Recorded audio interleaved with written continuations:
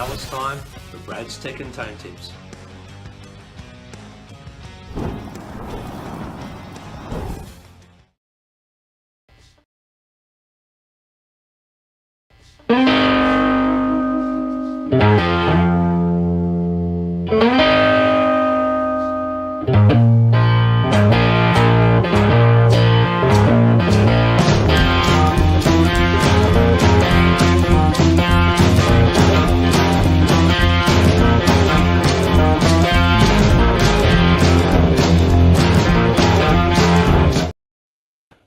TikTok, it's time to rock. Welcome to the channel, folks. Welcome to a special episode of the channel. We have our brother, one of the channel main men here supporting us, Simon John ZT351. Music. What happened to the music? What happened to the music? Was there music? Did I have a theme song or something? No one told me. He's now making up your name. Watch out. I don't know what he's talking about. Yeah. What we freaking do? Bloody old Bongo Fury. Bongo Fury. Bongo Good to see you, Fury. John. Thanks, Good to be thanks seen. for jumping on and hanging out with us for another show. You've done a few I here. know how I get roped into these shenanigans, but I'm happy to help out whenever I can. Yeah, mate. And look, and we appreciate that. We certainly do, because the golden formula for our channel, you know, we can certainly pull it off with two, but the golden formula, Simon, we've discovered over the years definitely is 3, isn't it? 3 is the magic number. Yeah. Yeah, absolutely. You need that tiebreaker. Yeah, absolutely. Well, it's interesting that when you kind of realise that, and I watched some Clarkson's Farm, Jeremy Clarkson's farming show. Every single shot is 2 or 3 people in it. They never have 5, 6 people in it. It's always Jeremy and Lisa, or Lisa and Kate. You know, the 3 of them, Caleb, Jeremy, you know, or Johnny, the farm manager. You know, they have 3 people. Every bloody shot is 3 people. You realise, you go, oh look, we stumbled on the secret formula that everyone else knew. 3. Well, they were watching us. Yeah, stole it from us. You know, they stole it from us in Top Gear as well when they had 3 people. They launched it 15 years before we did. John, Cheating. You know the story. One of the reasons why we did that on purpose, obviously, you know, when you do a YouTube show, you want to obviously include a lot of friends that you've made contact with on social media and invite them in and be part of your channel. And we used to watch a lot of YouTube shows that had 8 or 6, you know, sometimes even 10 people on the stream on a regular basis. And it got a little bit frustrating, you know, for some of the people, because you couldn't say much because there's 10 people there, Simon, you know, and, you know, when you're inviting somebody to come on to talk about, you know, the subject like we're going to be talking about today, you want the person, and that was just us being polite. Seriously, you want the person that's going to come on, like yourself, John, to have an opportunity to talk about the subject. That was it. No, fair enough. I mean, I've often sat in on these multi-user sort of discussions where you've had more than a handful of people, and sometimes it is hard to break into the conversation. I've seen a couple of times where one person will dominate the conversation, and it's very hard to break in as well. So I think it just, you know, if you know you're coming in to do a group chat, be part of the group and don't try to take it over, I guess. But yeah. And look, and I'm going to jump in before the Rock Professor replies to that and say we've been very, very lucky with our big shows that we've done, with our Christmas shows and our Van Halen shows, where we haven't had, believe it or not, one person dominating the conversation. So we've been very, very lucky there, Simon, haven't we? Well, but I think as John said, part of the reason we managed to work out quite early on that actually really, you know, if you're going to do any of this type of thing, 3 people, you can have 4, but, you know, that's okay. And if people are, respectful of it, then it does work all right with 4. But really, if you start having 5 or 6 people, you'll have 2 or 3 people who don't really contribute because it's quite difficult, to get it in. So I think we managed to work it out by hook or by crook reasonably early, and because we managed to work it out, we managed to avoid, the sort of, fight 6 people on and then one person dominates and the others just kind of, that I don't think is fair on. It's not fair on the, people need to have enough space on these things to contribute and not be crammed in the corner. And speaking of contributors to the channel, you may have obviously we've got John ZD351 filling in for our brother and dear friend, the Backdoor Man, who's at the tip of Australia, around the top there, around Darwin or something like that. Doing a gig this weekend. And so he was flying back. I thought you just kicked him out because you wanted me on, and we want his younger, better-looking brother on. Got the next fix now. The eyes don't work. Yep. But you were going to come on this show though anyway, even if he was going to be here. In all honesty, I thought that there was going to, now that we've espoused the rule of 3. I was fully expecting Brad to be here and maybe 1 or 2 other people as well that we often include in these things. So I thought it was going to be more of a roundtable discussion, but that's all good. No. So we've purposely, Simon and I, kept it to the 3 of us because there's a couple of things we want to say, and. As you know, when we go on record here on the channel, you're leaving behind a legacy of a point of view or some opinions, and for what that means, well, it means something, So we'll keep it between the 3 of us. Yep. The Rock Professor's got a couple of shout outs to do before we kick the show off, but we've got our dear friend Simon and the chat, one in particular. Alan is here, so I want to do a special shout out to Alan. Thank you, Alan, every week for joining us and being part of the show. It's a big part of what we do, you joining us, and never taken for granted. Thank you. She's the soul of the channel. And absolutely, yes. And we're more than we're very grateful, Alan, you turn up every week and contribute in the way you do. It's really cool. So yeah, I think we've had me and John and Nelson left a comment earlier as well, Nelson Rodriguez. So thanks, Nelson, for that. And we hope that everyone's good. So shall I do shout out? Shall I do shout outs? Yeah. I've got 2 shout outs. One is to our old mate Quentin, the Mr. Guitar Talk Universe, who's just had an operation this week. He had an operation on his thyroid this week, so he's under the weather. Well, as much as he ever is, but he's showing off his scars, and he's had the bolts inserted. So but Quentin, mate, we hope you get better soon. And I know he's probably already been live 3 times since his operation, but we hope you feel better and that the operation is a success. Get well, mate. And shout out to the great Chris Drazier, who died this week, who's the best known as the rhythm guitarist and bassist for the Yardbirds. So he died this week. So we mourn his passing because the Yardbirds, clearly with Clapton, Beck and Page and all those, one of the backbones of this channel and what we talk about here. So that was a tough one. That was a tough one to wake up to see that headline, guys. I had no idea that he had been sick, it's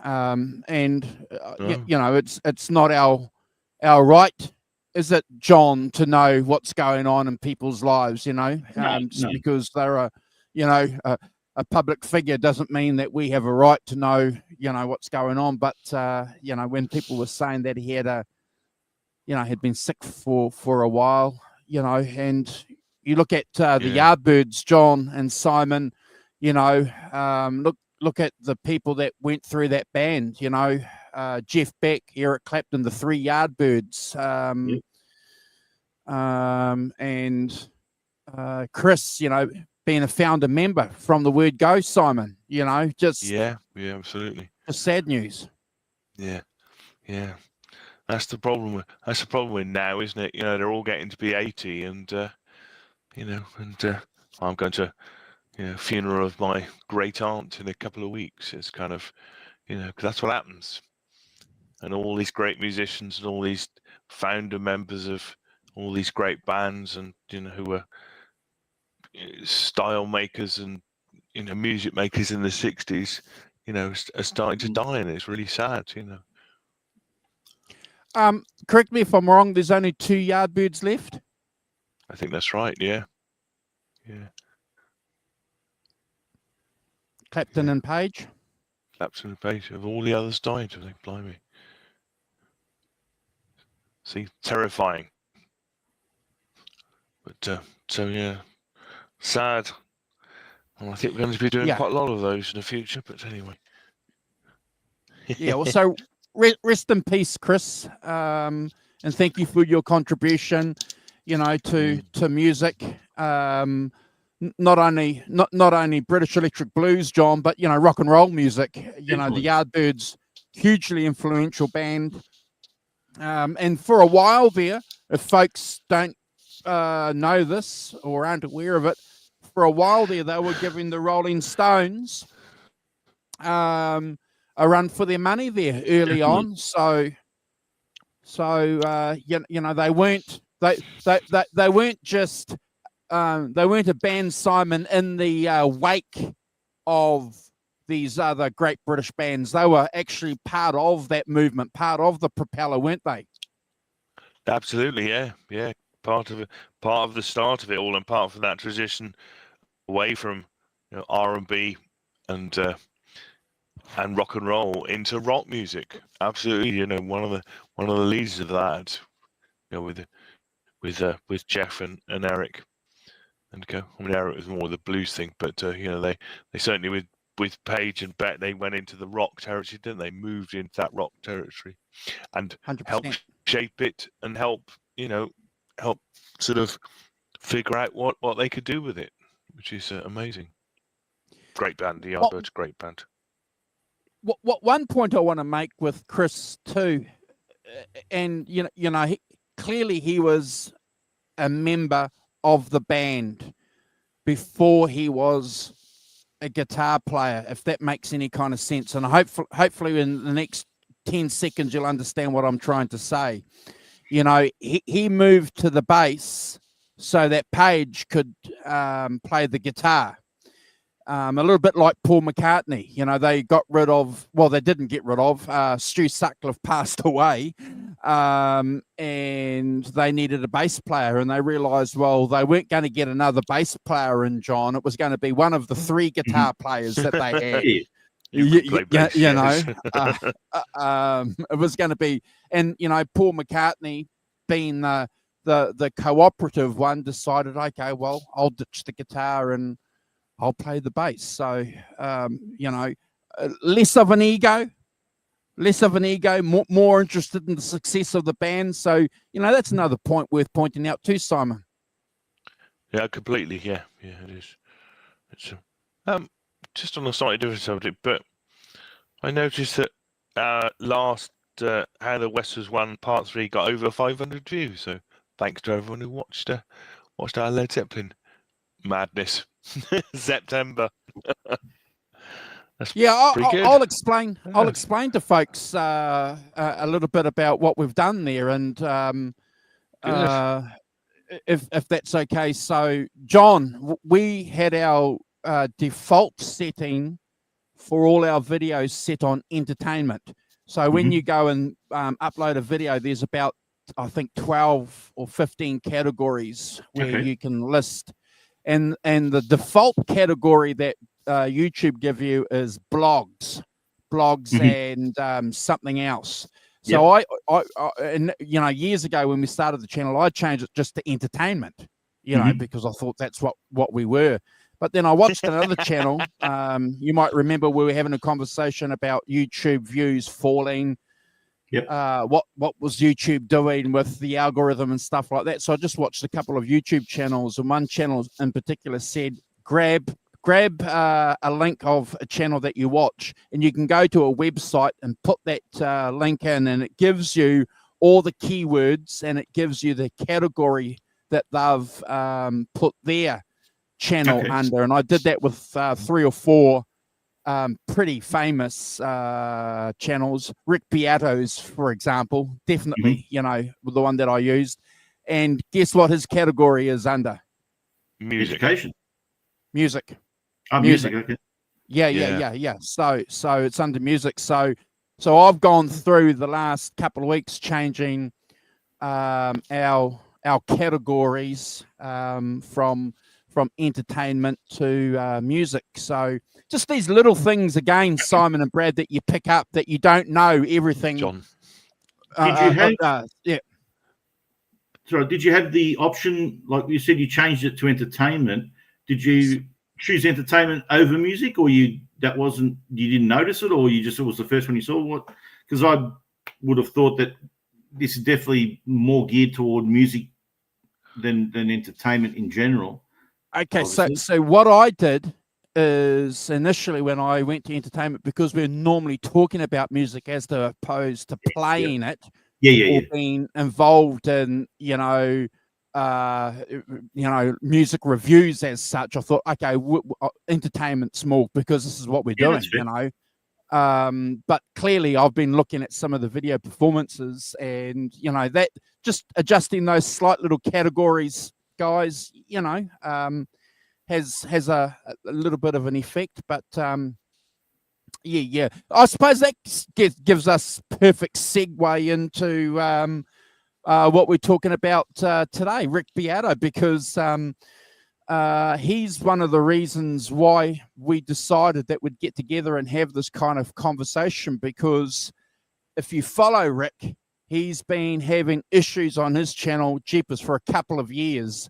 But certainly recently, he's been having major issues with record companies or agents of record companies putting in copyright claims for every video that he's produced. And they're going back and they're checking, clearly this has been done by hand, Simon. It's not been done by some AI generator somewhere in YouTube's algorithm or search stations, John. It's actually been done by somebody to go and claim some kind of monetary reward for a video that Rick has put out. And that kind of got us, didn't it, into a sort of a conversation behind the scenes. What the hell are record companies doing, Simon? Well, yeah. They're trying to make money, aren't they?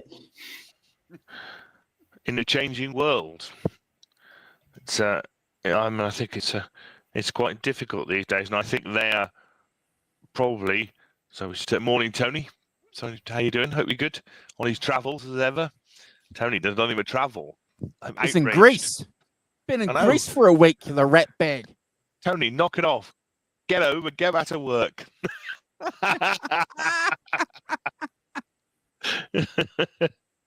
Blimey. Who are these people swanning about everywhere, travelling? They should be working, trying to keep me in a manner in which I'm accustomed. It's frightful. But I think the record companies generally, we talk a lot here about things like Led Zeppelin, funding their first album and stuff and licensing it to Atlantic, and the way record companies worked in the 60s and the 70s, and then the way that they've been kind of forced to work now by the advent of Napster, really the sort of broke the mold in the early 2000s, and then really Spotify, Apple Music, all the other streaming services you get now that pay tiny amounts for your music, and I think that they are having to adapt to a changing world where now social media presence is probably the strongest marketing thing you've got. Whereas, if you're Led Zeppelin, you go out and tour, don't you? That's the way you did it. You went out and toured an album. Now you need to have a sufficiently sized social media thing, which is not touring but getting an audience. And then a record company will look at you and maybe, if you've got 1 million followers on TikTok or Instagram or whatever, then they might look to sign you. But I think these days, it's a conversation we could have about that. Clearly picks up, sort of the top echelon of people who've got very large social media followings. But what does what I might call the regular musician, like Chris Buck, Ariel Posen, people I've met and stuff, who do music as a profession, they clearly have to diversify in a way that and they haven't. I mean, Chris has got a reasonable size following on YouTube and things, but he uses his social media to promote his band Cardinal Black in an interesting manner. But I think, they're very much DIY. They have a distribution deal with Rough Trade, so that they produce an album, Rough Trade will distribute it, but really they're still in charge of the manufacture, production, sending it out, doing all the stuff. I think we can, so I think that it's quite an interesting conversation about how musicians at that level function, how they make a living out of music. As opposed to, if you go back, 50 years, we were talking offline about Bruce Springsteen, and, he had 2 albums that didn't really go anywhere. His first 2 albums didn't really sell, but he still got a chance to make a third one, and he still got a chance to spend a reasonable amount of money making Born to Run. Clearly it was a huge hit, and paid back big time. But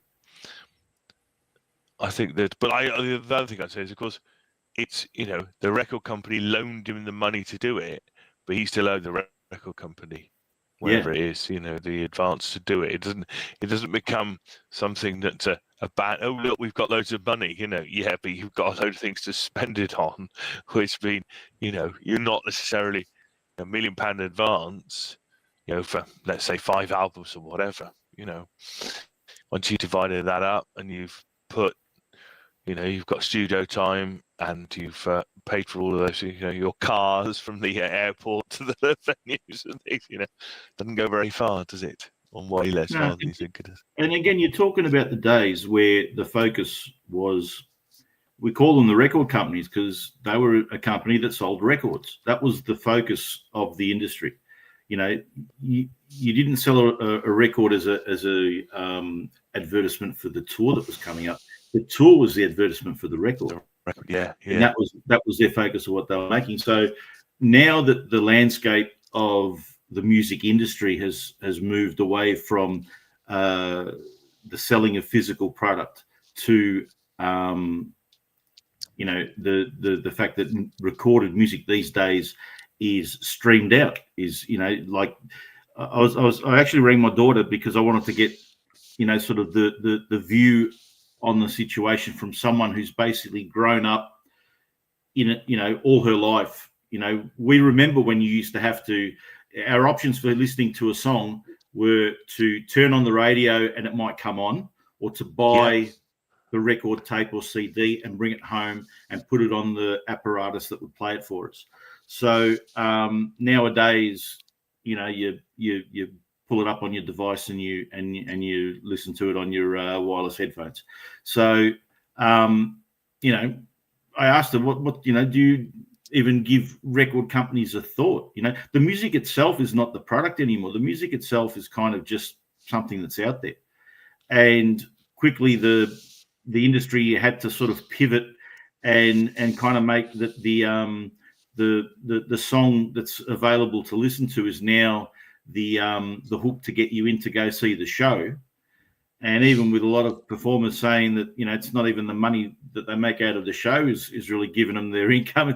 It's the T-shirts that are sold because the record company and the venue have got their finger in that pie as well. So one has to wonder what the record company's role in, distributing the music, for lack of a more accurate term, is what happens with it today. Well, brilliant. Back then, like think about it, 60s, 70s, 80s, you could Yep. not sit at home with consumer grade equipment and whatever was available to you and make a recording that would go around the world. No. You certainly can do that now. So, and it took some company with very deep pockets to put up hundreds of thousands of dollars for you to get the right equipment, get into a studio, have a producer, an engineer, and a technical team that knew what they were doing, record your music, mix your music, master the music, have the records, tapes, and CDs manufactured, have them shipped out to all parts of the world, through the distribution network and the retail network that was available to them, in order to get your music into the ears of the people that wanted to hear it. Nowadays, like as I was saying to my daughter today, I could record something right here, play around with it on my on my computer to get it sounding just right, and then get it loaded up to the streaming services, and then hopefully someone will find out about it and hear it. So I think now really the only thing that the record company can offer an artist is promotion and some sort of advertising to get their name out there. The actual physical distribution really doesn't matter anymore. I remember going into the local record CD shops and seeing an endless line of shelves and racks, and how many hundreds and thousands of titles would have been in the shop at that one time. And every time I go into a place like that now, they're also selling vacuum cleaners and coffee machines, and video games and electric scooters, and the CD rack is no bigger than the desk in my house. Well, you've hit the nail on the head. You've hit the nail on the head there, John, because I was watching a interview in preparation for this show, and they were talking to Mick Mars, the ex-guitar player from Motley Crue, and they were talking to him about his experience with record companies, and it's everything that you've just said. Back in the 80s, when they were one of the hottest bands in the United States, selling millions of albums, he said there was a thing that we had besides the music. We had the albums, and the music business was about, obviously, us, the band, and what we could do, and the music that we were making and producing in the tour. But the record companies looked after the product. Exactly what you've said, John. There was the album, and then the cassette tape. Obviously, well, they were in conjunction with each other at the same time. Then the CD came along, so you actually had something physically, to hold in your hand. That was the business. So I've just put up here just a little quick thing here that I Googled that I'll quickly share with you guys. So the key roles of a recording company back in the day, and everything that you and the Rock Professor have said, except for talent discovery. So they were responsible back in the day for talent discovery, but funding and financial management, you guys have hit that on the head. Music production, marketing and promotion, John, you've hit that on the head. Copywriting and licensing, that was a big part of their business too, because they were selling music onto films. So this is what record companies seem to be doing now, Simon, I would say, copywriting and licensing. And John, you've said it too, there's no distribution anymore. There's no artist support anymore because the artists are doing it. And revenue generation, well, that's the issue that YouTube channels are having, because the record companies want to take a snipe out of their income, John. Yeah. And again, the whole idea is that, you're either a lone artist or a band of 3, 4, 5 people. coming out of nowhere. And what the record company then was the Everything. the big brother in your corner. Yeah. So when people come to to stuff you over, they would be there to back you up, to take the copyright infringements to court, to make sure that you were looked after. But this wasn't just they weren't doing it for the love of it. It wasn't a community service. These guys knew that what you were bringing to the table was making money for them, 100%. and they engineered those contracts in such a way to own you. And I can give you the examples now. In Australia through the 70s and 80s, there was and I'm sure it still exists in some manner today, but Mushroom Records was a very famous Australian label, and that was huge label. Yeah, and that was sort of started off as a one-man operation and grew. The great Michael Gudinski, who was a true music fan and was very involved in the artists that his company represented and stuff.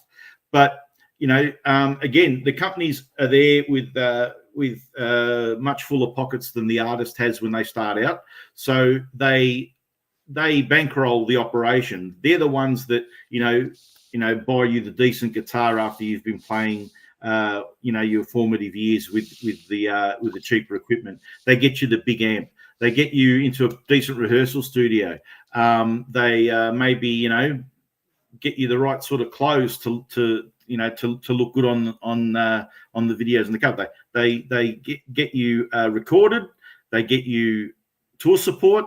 But every dollar they give you, you got to give back to them, and you pay back on the gross, on the gross, not the net, right? So when it comes time that you've recorded your first 2 albums that don't really go anywhere, but they're still in your corner, they're just pumping more money into that loan that you got to give back to them. So when the 3rd album becomes the real big hit, you're paying all your cut of that album is going back to the record company. The record company's cut is going back to the record company, right? And it takes you, to your 4th, 5th, or maybe 6th album of becoming a superstar until you pay all that money back. Because now, you've had your hit 3rd album, you paid all the interest back, but none of the principal. You've got to come up with another hit and another hit in order to outpace what you're paying back to the record company, and finally you get there. But I remember there was a friend of mine who ended up in a band that became quite successful back in the early 90s, and they had their album recorded, and they put out a couple of singles, and they had a single that they did in conjunction with very successsul Australian artist Jimmy Barnes from the very well-known Australian band called Chisel. So at that time, Jimmy Barnes was like the king of the Australian music industry, and so that was obviously a great pairing for them that got them a lot of attention. And then they actually opened up for Lenny Kravitz on. Was it Lenny Kravitz or the Black Crowes? I remember running into the guitar player at the band was supporting. I'm pretty sure it was Kravitz. They were supporting, obviously a major international act, which they would have got that opportunity, obviously through the record company. And I looked down, and this guy's shoe is being held together with gaffer tape because, despite supporting a major international artist at a national concert tour and having their 3rd or 4th top 10 single on the charts, as well as a successful album, the guy still had to put his shoes together with gaffer tape. So I think that's true. I think that's true for a lot of bands, isn't it, John? Yeah. You think they've been, oh look, they've had an album in the charts. They must be driving around in their own Rolls Royces and bought their mansions and stuff. And that really is hardly ever the case, isn't it? No. And less, as the years have gone by. And like I said, now that the record company really is not going to pump that sort of money in because, there's no Back in Blacks anymore. There's no Thrillers. There's no multi-million unit moving albums anymore. I'm not even look. I wrote down here, don't listen to me, what do I know? Because really, as much as I appreciate the invitation to come and speak here on this auspicious occasion, I have no clue how the record and music industry works at the moment. Like, I obviously know that they count streams now, not just sales, as somehow of calculating the success of a musical release. But can I just interrupt, John? Yeah, sure. And also, remember that video that you flicked us? So they're not just counting streams, they're counting your followers. Yes, I forgot well. So can you highlight that? Name? Yeah. Can you highlight that for us? Yeah, so basically what happened, it was a video that a lady that I wasn't familiar with as an artist, she had apparently had a certain amount of success a few years ago, and there was in a situation that she had an opportunity to meet up with a record company executive who is now working at a different company but had known of her in their past dealings, and they had lunch, and he basically told her, and she had just actually released a song on YouTube and had a very good week of views and streams on it, and he basically told her that realistically the record company didn't see her as a viable signing opportunity because she didn't have the amount of followers or the amount of views that they thought that they would require to have her as a serious reason for them investing back into her. And again, saying that the release that she had done on YouTube, and again, a completely different way of releasing your music now, didn't warrant a record company wanting to pick her up. But and again, what? No, this wasn't Halsey. Halsey is the other one that we were talking about this week. I have to be further back in the chat. It was my bad. Woman with the long browny hair talking. She seemed to be like just in a room backstage somewhere. John, just to give you some context, Taylor Swift's new album, The Life of a Showgirl, right, it sold. How many vinyl copies do you think it sold in the first week of release? We're talking. Here are all the spectrum of music artists, and Taylor's right at the top now. So I wouldn't be surprised. I wouldn't be surprised if it was a lot. I also wouldn't be surprised if it was 47. Like, who knows these days? Apparently she sold 1.2 million vinyl albums. Yep. Out of the gate.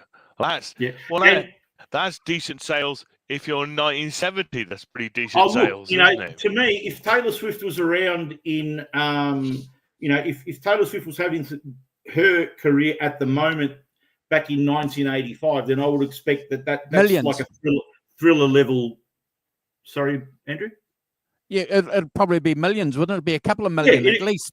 Look, Taylor Swift would be, thriller level numbers. Yeah. The same way that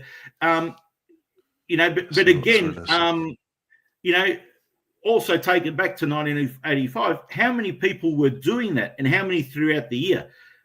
No one else is going to sell 1.5 million albums this year. Who?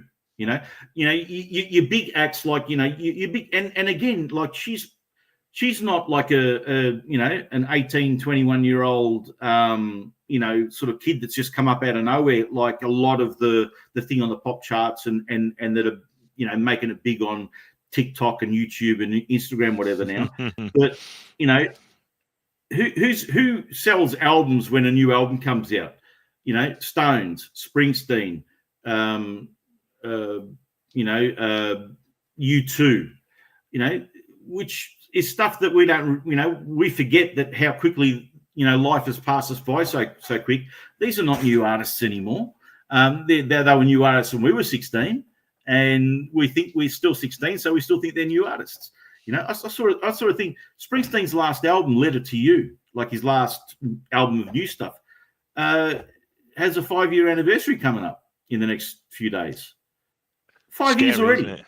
You know, like to me, it was last year or something. You know, you just forget. You forget how quick all this stuff has gone past. You know, I always joke when people say how time flies. Say, well, I'm still trying to figure out when 1992 went. You know, it's just bang, it's all gone.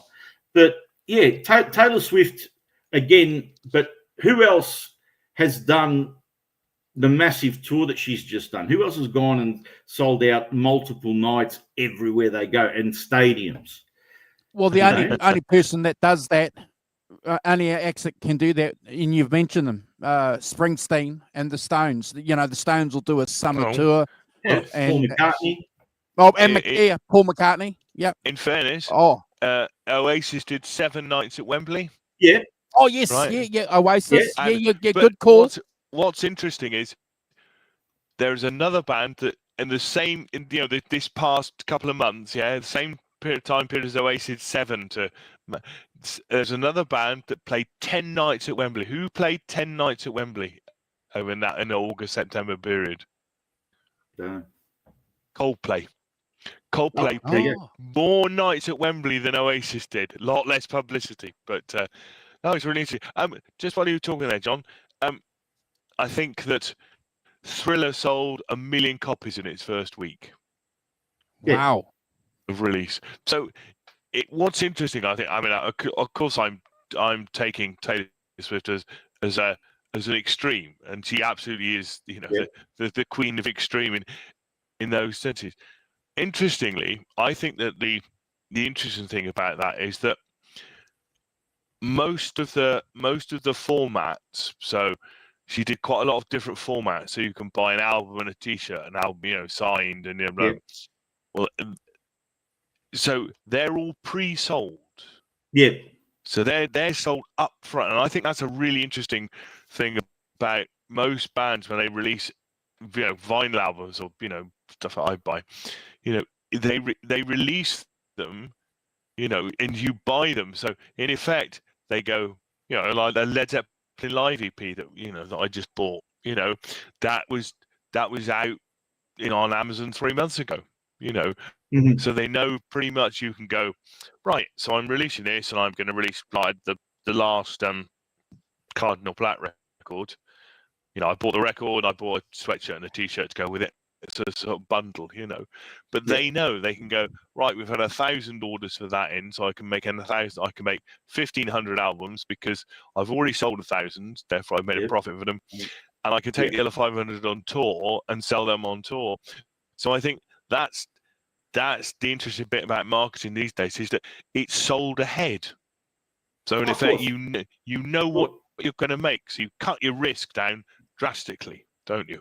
As much as I'd like to say, take Taylor's current situation and move it back to 1985, it's not even, forget about comparing apples to oranges. It's like comparing apples to sand. It's a completely different thing, right? It's we know that she sold 100 and whatever. Let's keep it round. She sells 1 million albums in the first week. Like you said, there's been the pre-order thing to count it as that first week to start with. The other thing too is that if it was 1985, the only way that you would hear Taylor Swift's new album is to go and buy it. Whereas now, there's a lot of people streaming it as well. So then, because the other thing that I saw just as a headline that I didn't bother to read any further on was that she apparently, when the release of the album she crashed Spotify. Did she? I read that. That's amazing, that's the other thing too, is that if you didn't have the option to just sit there and grab your phone and go dit, listen to Taylor Swift's new song as soon as they flick the switch for it to be streamed out, then you'd have to be going down to the record store that would probably have to still exist, because that was the only way that you could do it. And I used to tell her the story, man. I used to get on from where I lived. I'd get on the bus to go down to the Coburg train station to take the train into the city to go into the one import shop that did heavy metal records, to get the Kiss album that was already released internationally, that wasn't going to be released in Australia until another 4 months, and come back on the train, back on the bus, go home, sit down, and then read the lyrics. You know, and I had something in my hand there like that. And you know, the last Bruce Springsteen release that came out, I just thought, oh, it's out, is it? Oh, okay. And it's a completely. Do we even talk about these two situations as being comparable at all? You know, the fact that there's music involved, that's about the only other thing. That's difficult, I think. I agree with you. Although, could I say, John, going back to you were talking about these days you're going to a shop and they're selling scooters stuff. Do you mind?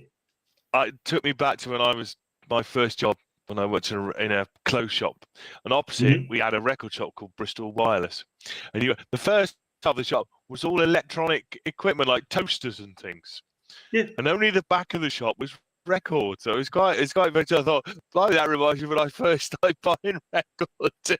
you know, not exclusive record shop. We used to go and sit in the booth at the back, and Martin Wolford would put on stuff for us to listen to in our lunch hours, and we'd watch the. Look, I've been living where I'm living now for the past couple of years, which is sort of like I'm still in Melbourne, but like I'm right round the peninsula on the bay that it encircles.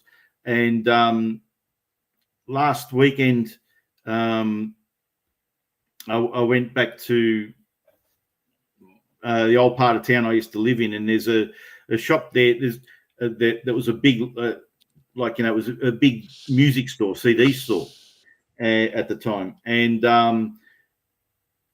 it's funny. It's a brand that still exists today here locally for the benefit of the people watching from other places.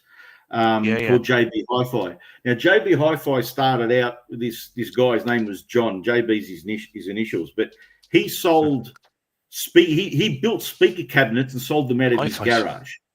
Yeah. Right?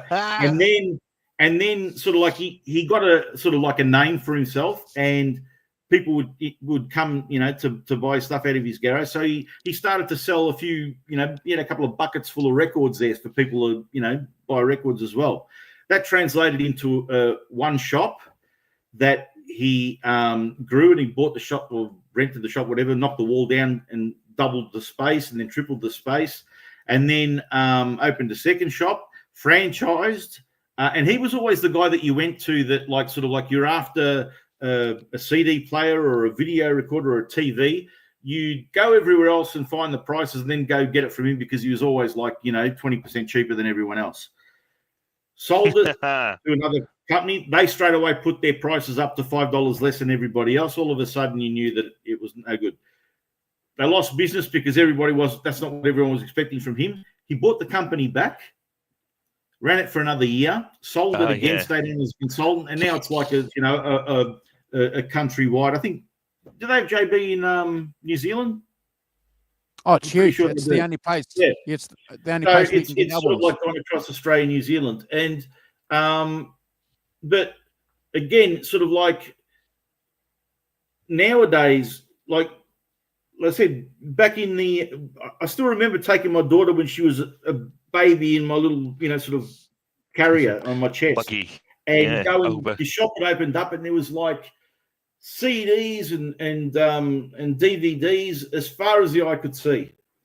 And literally now, I go into that place, and they've had to move with the times. Like, they obviously sell your PlayStation type sort of stuff, but they moved into homewares. You can buy obviously they were always doing TVs and sound and stuff like that, but they do the phones, they do the computers, and even to the point, coffee machines and, grills and bloody microwave ovens. And it is what it is. But again, it's, the music industry is not the music industry that it used to be. No, it's not. Well, but that's just inevitable, isn't it? I wonder which 16-year-old kid that picks up a guitar these days, if any of them freaking picking up guitars these days, but, any kid that decides to become a music artist, performer, singer-songwriter, whatever, what's their career trajectory at the moment?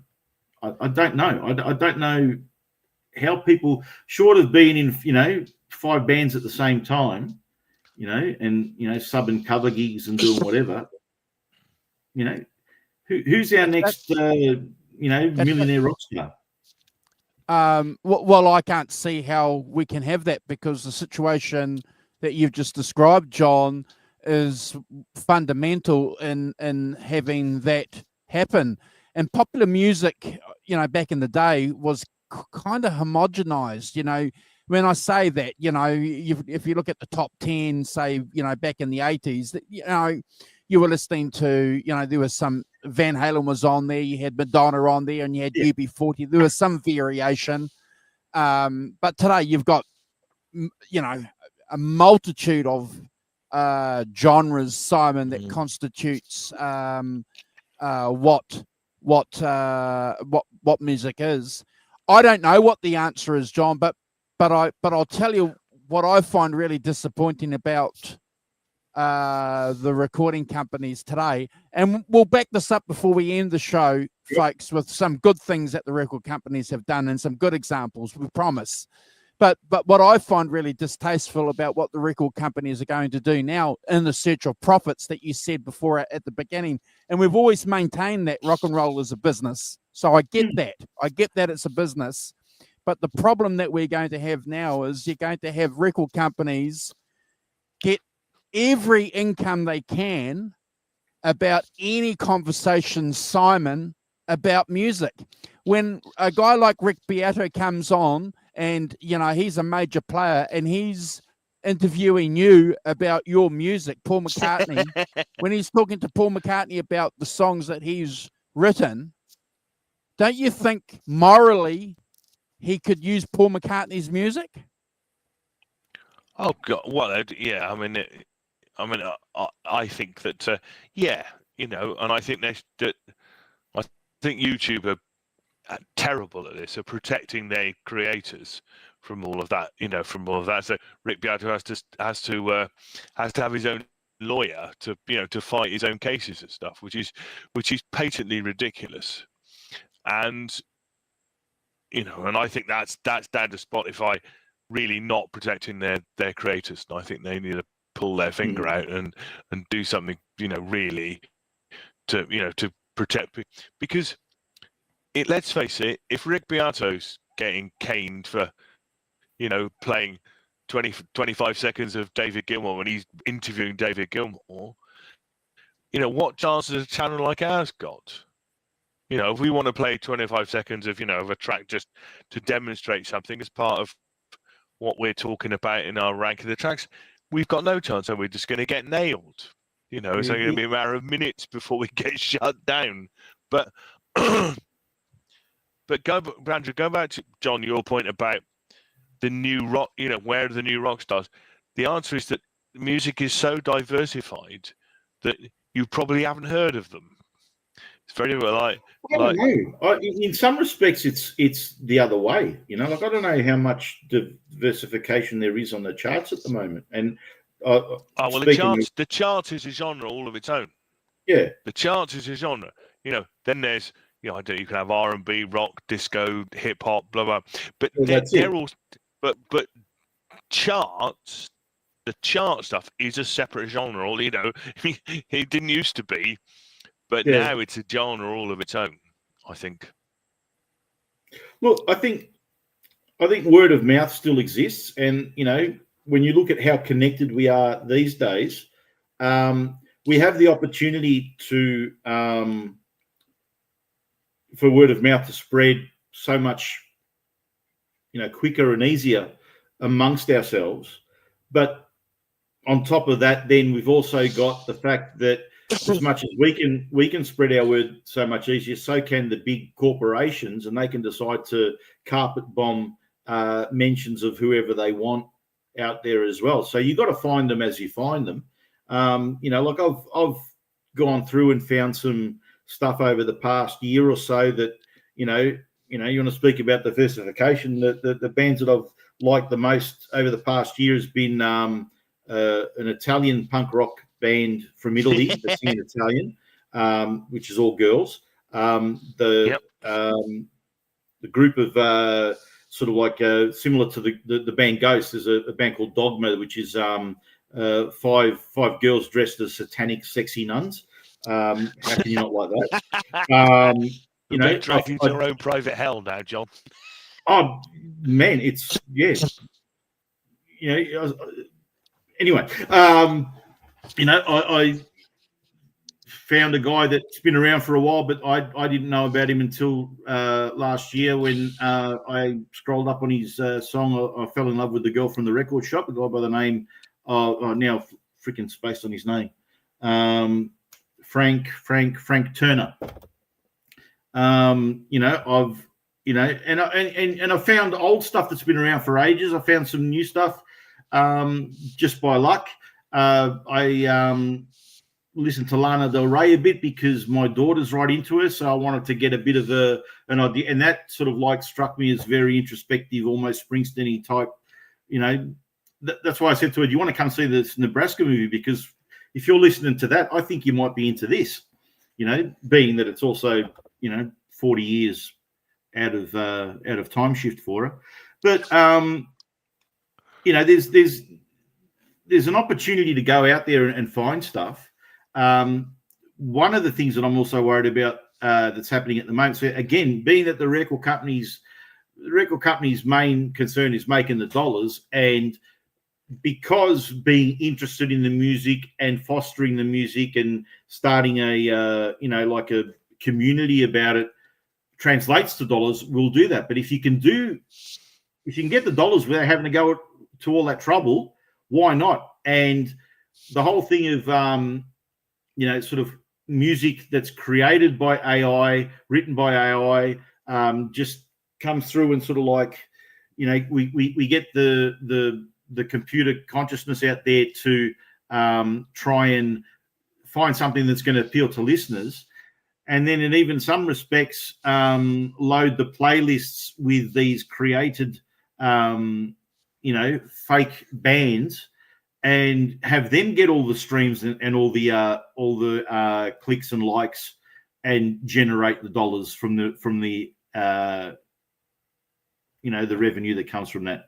So, sort of going on the dead internet theory that one day it'll all just be data created by bots being consumed by bots, and the humans will have nothing to do with it. We'll be off grilling sausages in the backyard somewhere. Won't be that. At what point does the industry just collapse in on itself? I mean, I think the AI thing, because it's new, people are doing stuff. They're experimenting with what you can do and how far you can go with it. I myself, I slightly feel that that actually, when you were talking about it just now, modern pop music, chart music, yeah. I mean that's all created by programming, and they're programming based synths, and so it's like, well, to me it's only a small hop from that to AI, to be honest. Yeah. You're cutting and pasting, or on screens, and somebody's come up with a keyboard part, and they're pasting it all together. To me, there's not a very big gap between that and an AI myself. Yeah. You're getting a computer to do it for you. We're getting a computer to do it for you when they're creating these chart songs that they create. So I think that'll all settle down. I think it's there's a it's the new thing. It's the now. Have you noticed? I mean, everybody's creating stuff on little short Instagram comedy things, dogs talking and whatever, Yeti and Bigfoot and all. It's they've got comedy. They've gone to Comedy Town on because now everyone can create it. So you can create funny stuff and and load it up, and it's 20 seconds. It makes you smile and stuff. It's done. I can see that. That's going to settle down like everything else in settles down in terms of the using it creatively.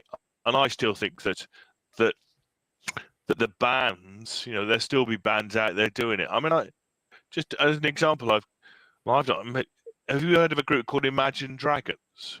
Yes. I've Yeah. heard of them. I Well, can't say that well, I I've don't heard know one of anything their about. songs, but I hadn't heard of them until recently. The only reason I had heard of them is I noticed they played 2 nights at Tottenham Hotspur Stadium in London. So Yeah. they managed to attract without, and I'm not saying I got my finger on any pulse at all, but Mhm. you know, they managed to attract 160,000 people to London to go and see them. And I'm saying, who in God's name are they? You know, Yeah. and I mean, it's like, so I think that there's still going to be, musicians are going to work out. There's going to be a lot of musicians for whom, and I think this is always the case, to be honest. But we don't look at it. You know, people in the 70s like Richard Thompson, John Martin, all those Mhm. guys. Basically they made records on the cheap, and they toured to make money. And guess what? Yeah. Richard Thompson's still making records and still touring now. Mhm. It basically, in the 1970s, he was called a cottage industry. He's still a cottage Yeah. industry. And he's still doing it at the same level, as he's done it for the last 50 years. It's changed around him, but actually his way of making a living actually hasn't very much. Fair enough. It's been a going out and touring because I can remember seeing him in a folk club with 50 or 60 people. And you go, well, this is in the 80s, literally 50 people.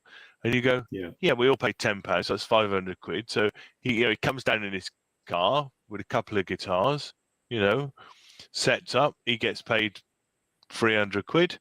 300 quid for nice work, not so bad, especially in the 1980s. Well, it was a bit more cowboy back then too. Like, I mean, I'm sure that they weren't paying the public liability insurance fees that have been going up, 100% a year, sort of thing. Like a lot of venues just can't afford to stay open just because they can't take the risk of having someone coming in anymore. Again, it's completely different. That Imagine Dragon scenario, like you're sort of saying, the other day I was looking at the story of how Twisted Sister, who had their big hit in what was it, probably about 1985 or 83 or something like that. Something like that, yeah. But they were going for like 10 years before that, before they got a record company deal, and they were selling out big clubs every week in the New York tri-state area, right? They had their following, and they had absolutely no interest from the record companies. They booked I remember someone I don't know who was talking to, but they couldn't believe that they were playing at the Palladium that night, which was like a 4,000 seat theater, that they were actually selling it out, and they were not they weren't a signed act, but they had a following. They had, that word of mouth going there, and that was word of mouth that was like literally mouth to ear, because people weren't emailing and text messaging each other those days. You had to actually go out, look at someone's face to talk to them. Like, you could phone them, but you had to actually phone their house, and they had to be home to pick it up. And stuff like that. Yeah, definitely. There's always going to be the outliers, but like we had on a previous discussion, gone are the days where it'd be thousands of gigs, to choose from on a weekend in any particular city, and there was a whole lot of the same stuff happening everywhere in all genres and in all sort of levels of where they were in their success. So what the record company's doing today is compared to what they were doing back then, it's completely different. It's like asking, what an automotive company from the 70s does compared to, a computer manufacturing company today. It's almost like a completely different world. Yeah, if we come at it the other way, and I say, well, my name's Joe Bonamassa, I don't need a record company. I've got it all set up. I've got it run so that I make a hugely successful living out of being a musician without any record company stuff at all, other than that I've set up for myself. And I think that for me, a lot of that's the way that a lot of you know, a lot of bands and a lot of people I see, that's what they're doing. If I take Cardinal Black, you know, my friend Chris Black, you know, that's really what they're doing. Yeah. You know, they're booking. I just done a sold out tour of America. You know, every venue was sold out. You know, they're only doing small venues, but you know, they're doing 500 seaters. But last year they did 250 seaters. This year they did 500 seaters. You know, I think that it's that kind of cottage industry way of doing it, so you can make a living out of it. And I think, as I say, going back to the 70s, a lot of people did it that way and didn't really get picked up. You know, they maybe got on smaller record companies, smaller record labels. And I think that, you know, that one of the advantages of punk was that, you know, a lot of people set up record labels. Yeah. You know, I know there's a friend of mine I know in Bristol called Simon Edwards, who set up a thing called Heartbeat Records, you know, and he just made local band singles and stuff, and you know, and albums, and there's an album called Avon Calling, because we used to be in the county of Avon, but you know, with all local bands on it and things, and that's what he did basically. You know, he just had this but then that would you know, you'd release if you do 1,000 copies of singles or whatever it was, 500 copies, you know. Well, I've done that with my friends at Blue Airplanes. You know, first record we actually pressed it all ourselves, designed the cover, sent it off to France, got it all done, and we got 1,000 copies, mate, you know, and sold them all. Yeah, cottage industry. That was in the 1980s. Sold them at gigs and stuff, or gigs, but also we got a distribution deal with a Pinnacle, company that does distribution to record shops, you know, stuff. And again, but those days you needed that distribution deal. You needed someone to go and put your posters up, whatever like that. And again, nowadays you can do that all online and digitally and get out to the whole world, and that's fine. But then the thing happens that so can it, you know, 10 million other people do it at the same time, and so that then all of a sudden I go looking, and I obviously can't listen to 10 million songs today. And so who gets in front of my eyes? You know, like either my cousin says, "Hey man, listen to this. This is fantastic." I get the word of mouth, or I flick it up on an Instagram reel or something like that. But going back to what you said about Joe Bonamassa, right? He can do what he's doing. Where are the 5 other Joe Bonamassas that are also doing that at the same time? And I think that now is that the success is very localized to the one guy that can do that and gets all the attention. Whereas back in those days, for every, you know, Beatles, there was a Rolling Stones, there was a Yardbirds, there was a Cream, there was a whatever else. For every, you know, Bon Jovi, there was a Rat, there was a Cinderella, there was a Motley Crue. You know, for every whatever, there was a whole bunch of people all doing it concurrently, and there was a big thing. It was, you know, or a whole lot of blues guys, a whole lot of country guys, a whole lot of rock guys. You know, for every Springsteen, there was a Mellencamp, Bob Seger, and a, you know, Steve Earle, whoever. You know, and Bruce Springsteen was the new Dylan, wasn't he? He was the latest new Dylan. There you go, right? John Prine, or whoever else you care to mention. Exactly. So now I think that what happens is that one person gets all the clicks and they become the focal point. Everybody around the world's looking at the same thing, instead of every local, you know, area having their own guy that came out of a garage and is playing, you know, the pub down the road. You know, I was last night. I was with my mates in a cover band, and they were playing a place local up here. So you know, we went and hung out, and they came back to my place. We went and set up the gear. They come back to my place and hung out for, you know, 4 hours, and then we went back to the gig when it was showtime. And you know, they're getting a good following, and people come to their shows and stuff like that. And everybody locally's got their thing that they do. But the difference of, again, traditionally, the record company coming in, putting up the money, and taking you from the garage to the pub to the, to the theatre, to the arena, to the stadium, to the world. You know, that's I don't know that the record company is there to do that anymore. And I don't know that really the progression of, you know, how recorded music in regards to, you know, what the relation is to how you produce your recorded music and how you do your gigs, and how many gigs you do, and how often and what income comes from either of those, in what proportion and in what amount. So, you know, I think that it's look, this discussion could go on for hours and days and weeks and months probably, and we wouldn't even scratch the surface of it. But I was looking, our mate Gretch Zeppelin in the chat was asking, would Gimme Shelter be released today? And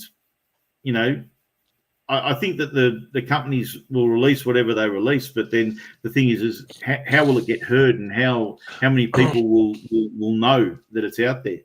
And well, that's a good point, John. Protest songs, but yeah, that's a good point, because the Rolling Stones, when they released that album, were part of a generation where young people were anticipating what they were singing, because they were speaking on behalf of them. There was this common belief that they were spokesmen, people for a generation. There was some kind of unity going on.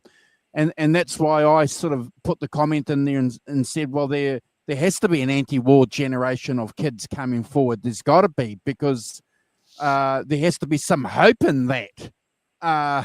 There's got to be, God help us if there isn't. But I agree. Sorry. Well, I was going to say, in terms of Gretsch's protest thing, there's that. What's that guy, Oliver? What's his name? He had a massive YouTube hit with just him playing acoustic guitar, singing about the politicians and stuff. That's sort of a protest song. I can't remember what his name is. But because it's a year ago. But so I think that Gretsch, I think that it's just that, in 1970 you had 5,000 albums released a year. Now you have 25,000 albums released a day, to Spotify. I mean, it's not the thing. One of the and I said this, Jim picked that electronic copy of Sounds magazine from 1975.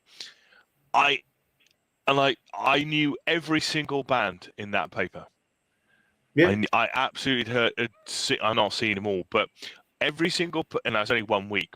But every single band mentioned in that paper, I knew, because that's how big the music industry was then. Yeah. It was like that big. Now I wouldn't recognize any of them, not any of them. But it's that's quite interesting. We would have, back in the day, we would have this music show that would just play music videos all night. It'd start at 10:30 at night and go till 7 a.m.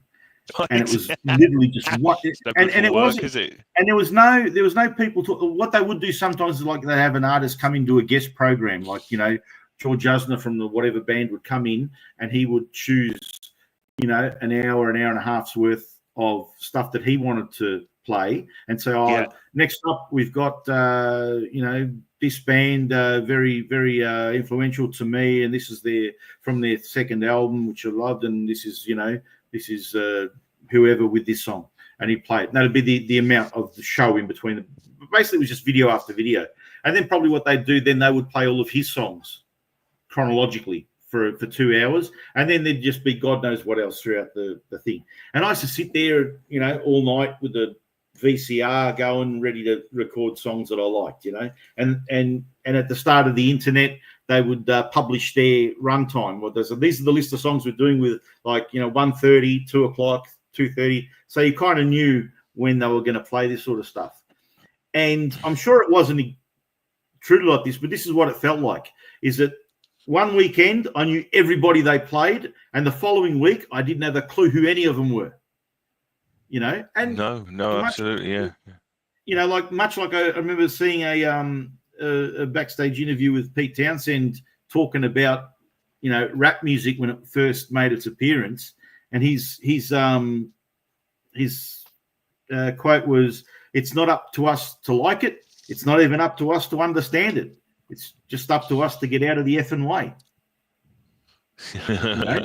Because the new thing rolls in. You get your big sort of corporate rock type sort of stuff happening, and then punk comes up as an answer to it. You know, you get your 1980s, you know, lipstick wearing, hairspray, teased hair wearing, rock and roll glam bands, and grunge comes up as an answer to it. Because after a while, the rebels of today are the establishment of tomorrow, and we need new rebels against that establishment. Yeah. You know? It's more difficult because it's such a large establishment. Just to, John, just to go back to, I was just, while you were talking, I was just looking up what's happening in Bristol this week, gigs wise, you know? So I could go to several gigs every day. So there's a group called Self Esteem, looks like a girl singer. Theatre of Hate, remember them? Kirk Brandon, Theatre of Hate from. Not familiar. That's on the Blood Incantation, I know about. Chloe Slater, I know any of these people playing at the Fleece. So Jev, somebody called Jev, Testament and Obituary, thrash of the 90s. They're playing at the Red Rum Club, Dakar Brakar, you know, Chloe Keisha, Feeder, Deaf Havana, Adult Leisure. So that's just playing this week. Mad Dog McRae, Graham Nash, the Smythes, a tribute to the Smiths, the Manatees. So it's like, and they're all at different sizes. I mean, the interesting thing about Bristol is it's got, you know, you can play a 100 capacity place. You can play the Fleece, which is about 500. You can play South by Southwest, which is about 1,000 seat. You can play the Beacon, which is about 2,000. So we got in Bristol. We don't have a huge venue, but you know, you can play from anywhere from 100 little club up to about a 2,500 seater, you know, theatre. You know, which gives us, you know, lots of pubs and stuff doing pubs. So I think in terms of the UK, you know, where local covers bands playing stuff like that, I think we're in pretty good shape, and there's a lot of it. It's just a huge variety, and getting to grips with a huge variety is really difficult because I haven't heard of any of those people much. No. Look, I think too is that you know, also I look at the gigs that I go to. When I go see like a band that I like, obviously it's a band that I like, and I'm gonna sort of be lined up with a whole bunch of, you know, people of my age and like-minders. Sorry, like-minders. Like-minders. You know, so I don't expect that the you know, the 18 to 21-year-olds are going to come and see. You know, there'll be a few of them there, but they're off doing their own thing, doing other things nowadays. You know, and you know, maybe it's just not the time for the, you know, the 20s, people in their 20s and 30s to be doing this sort of stuff. They've got other interests. They grew up with other stuff. And, you know, before the record companies, they were selling sheet music. So, you know, people would take the songs home and play them on their own pianos. You know, it's not like this has been something from the dawn of civilization. Maybe music will turn out to be something that you just do yourself in the future. And I think so, John. Well, you know, it's not going to be a vibrant business. You know, musicians are going to be the next blacksmiths. You know, yes, look, there's a couple of people that need them, but it's not everywhere and all over the place, and everything to all people like it once was. No, I think so. To be honest, I think that's a brilliant analogy. That there's going to be a lot of musicians who you'd equate as having the same sort of job as a plumber or an electrician or a blacksmith, and I actually think that is the way, you know, that you can have a career as a, you know, as a musician, but you're just not going to be Led Zeppelin, you know. But that doesn't mean you shouldn't be going for it, you know. And if you can earn, let's make it out, if you can earn, you know, in the UK you can live comfortably if you earn 60,000 a year. No, yeah, £60,000, 120,000 Australian dollars. If you earn, and you know, a lot of musicians can earn that sort of money with a combination of all, you know, record sales, T-shirt sales, blah blah blah sales, you know, and gigs, and you know, you combine all those things together, you can earn 60,000 a year here. But what it's not going to do is you're not going to buy the mansion on the hill, you know, kind of thing. You know, it's going to be like the rest of us, you know, a 40-year career of going out and doing it, and you know, which I think is, Is that a terrible thing? I don't think it is myself. Well, it just depends. Like I said, I had my mates here yesterday, and their bassist had a family function, so they had a friend fill in, and he came in and he saw my rack of gear there, and he had the impression that I was some sort of professional musician or something. No, I just like to buy a lot of cheap guitars, and you know, and he asked me if I play, and I never really have, and I've spent a lot of my life working, shift work, and it wasn't really conducive to trying to have, sort of like a band on the side and know that I'll be available to do that to the way that you want to do it properly. But even as we're sitting around the table, my mate's saying, he's had run-ins with other guys from other cover bands that have sort of got jealous and stuff. Like these guys sort of like got a good following just because they're a fun band, They just come out. They play their stuff, and it's a fun night. And it's not sort of like sound like tribute band type sort of stuff. They learn the songs, they play them well. It's exciting, it's fun. They don't take themselves too seriously. And then some of the guys that sort of like got a bit up themselves in the cover band scene, sort of like gave them stick for it. And he goes, I've been doing this for 30 years. And he goes, yeah, good on you, mate. You've been doing it for 30 years and you're still playing the same shit old pub that you always played, And it's always like, I don't know how I've managed to get myself in sort of like an acquaintance or friendship with some people that actually made themselves something, playing music. And it's always the guys at the top level who are the nice guys that are not out to prove anything, and probably because they've got nothing to prove. But they're the ones that have got a bit of a justification to turn their nose up at you are all beautiful guys. Our mate Simon Hosford, sort of people in that variety. They've all done it, right? And they're all Yeah. halfway freaking wannabes that are sort of like halfway got their foot in the door of being something special and think that they're something. They come up to you with an attitude that, you think to yourself, you don't deserve to come up with that. It's funny, I played the covers band, still do. And we went to record. We did, get a sort of CD. We went to record at this place in Bristol, and the engineer was a guy called Jim Barr, who's a bass player in Portishead. I presume you've heard of Portishead, right? Yep. And I said to my friend Gerard, and I said, "Will Jim be all right recording us? Because we're not Portishead. We're just going in to record, 4 or 5 tracks as a pro. What do we sound like? This is what we sound like." And he went, "Yep, Jim would be fine. Jim's played in covers band and all his buddy. So we were down there. He was brilliant. He was really nice, and it was like, as you so rightly said, I've been in Portishead, but there's no airs and graces about what you guys do. You want to come and play Jumper Jack Flash or whatever, I'll set it all out and we'll do Jumper, that's fine. And there was no, as you say, no snobbery about it. It was no like, oh, you're only doing that. It was like, great, you're a musician. Come on, we're recording.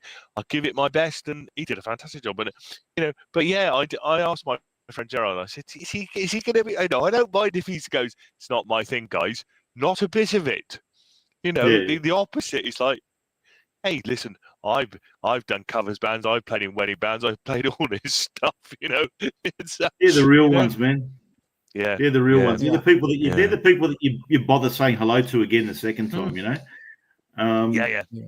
come and cheer you on whatever you're doing, because it's all as valid as Look, I mean, we only got to look at our erstwhile co-presenter Brad. What he's playing in these bloody theatres and stuff. It's like, he's not playing down the local pub, is he? For 20 people. Yep.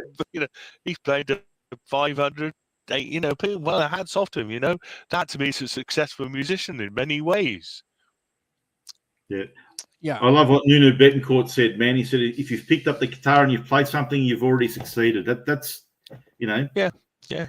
But that's somebody who's successful, but knows that, whatever level you're doing at, it's, you deserve respect. I mean, I'm huge respect for any musician doing anything at any level deserve, his hats off. Even it's not a question of me liking it or anything like that. The boss needs to go and walk his dog. Yeah. It's been a great chat, guys. And you can even sue it. We can be here when you come back.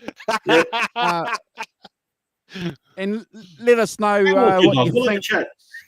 If you know your thoughts on record companies, if you're watching the stream on replay, and we'll promise we'll be nice with any of your comments. The Rock Professor is going to do a shout out, but thank you, John, for jumping on with us and sharing your thoughts and your experiences. It's been incredible. And Simon, I'm too much of a tangent.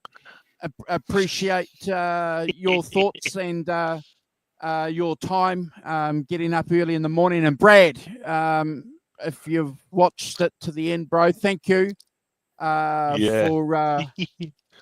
for watching the show to the end. To see how rude we were about you. Yeah. Well, thank you, John. I thanks, appreciate John, it. for But coming on. Really good discussion. I worries. really enjoyed it. Yeah, it's time fantastic. flies, doesn't it? Hour and a half gone just like that. I Crazy. know, we've only just got started. Yeah. So I have to say, Arvin, yes, typically the post office goes on a strike as soon as you try to do anything, but you know, it's it's Gretch, good to see you, man. I hope you're good. And Ellen, who went off to serve dinner. Hope it's going well, Ellen. Nice to see you guys. And Arvin, Gretch. Who else do we have? Tony as well. Tony Byrne on his travels again. Tony, I hope you're having a lovely time. And Thanks, cool. Tony. Phil Byers as well. Nice to see you, Phil. Hey, Phil. Thanks for dropping by. It's Stone's album. God blimey, there's lots of stuff here. And John and me. So yeah, and Nelson at the beginning. So thank you very much all for joining. Great to see you. I hope you enjoyed it. And Brooks Reed as well. Hello, Brooks Reed. How are you? It's one of Hi, Brooks. Good to see you, Yeah. bro. He's a good friend of Michael also. Also, that's right. Yeah, yeah. Good to see But you. yeah, let Thanks us for know what comment. you think of record companies. You know, we weren't too disrespectful to them because they did pave the way for rock and roll bands in the beginning. Without them, we wouldn't have had the music. That's a fact. But there was definitely something going on with them back then, and there's definitely something going on with record companies now, which isn't, in my opinion, conducive for music remaining positive as a forum to be discussed here on YouTube, John and Simon. That's the tragedy. Yeah. Yeah, it is. But you know, they're still there, aren't they? You know, record companies are still there. They're still signing people. They're still trying to make records. They're still trying to do it. So they are still in the mix and trying to work out what their role is versus Spotify, YouTube, whatever else you've got. Yeah. You know, to put up on. So you know, I think it's. Should we give an offer if a record company executive is watching this and wants to come on and contradict everything that we've said? You're more than welcome to. Absolutely. We'll be happy to have you as a record company executive or employee come on and give your side of the story. We'll accommodate that. We'll work with you. But we'd like to hear people who put on stuff. As Gretch says, you know, events promoters, record company people, you know, if you've got a story, we're here for it. And right. especially at grassroots level, it's good. So, yeah. Cheers, John. We're out of here. We've got to go. My dog's liking me. Wait till the end. Yeah, have a good week, guys. Take care. You too. Bye-bye. See you next week. Thank you, John. Bye.